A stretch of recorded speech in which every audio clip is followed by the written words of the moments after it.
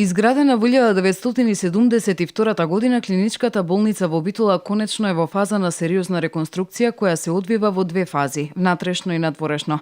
Првата фаза е надворешниот дел, поставување енергетски ефикасна фасада, промена на кровот и прозорците, а втората фаза ќе се однесува на внатрешноста на болницата. Во рокот на предвиден за заменување, фирмите изведувачи се придржуваат кон тој рок. До сега имаме од 5 спрата, комплетни 3 спрата. На едниот веќе се чисти и се влегува, како што приметивте, а другиот е во фаза на реконструкција. Приоритет е даено на пациентите. Значи, ова крило има 5 спрата по 10 соби, на спрат по 6 кревети. Тоа се негде, рачунајте, 300 пациенти.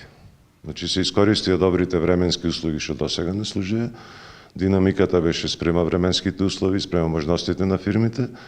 Се надевам дека ќе го задржа рокови фирмите и ние и пациентите ќе бидат веќе сместени се во 3 оделенија и 4-5 оделенија. Значи, моментално се врши реконструкција на гинеколошки оддел и неонатологија. Адаптација на стационарот со оформување на двукреветни соби, изведба на нови санитарни јазли, дополнително во секој болнички тракт, комплетно реновирање на операцијските сали каде ќе се врши замена на електричната инсталација, машински инсталации и климатизација и поставување нови лифтови се плановите за внатре. Ние се потрудивме максимално да се организираме, да не се осети голем проблем кај пациентите. Сите амбулантски прегледи беа редовно извршувани. Нешто беше намален капацитетот за оперативниот дел, ради стеснувањето на простора, пошто во Битола има само една болница и нема кај да ги пренестиме пациентите.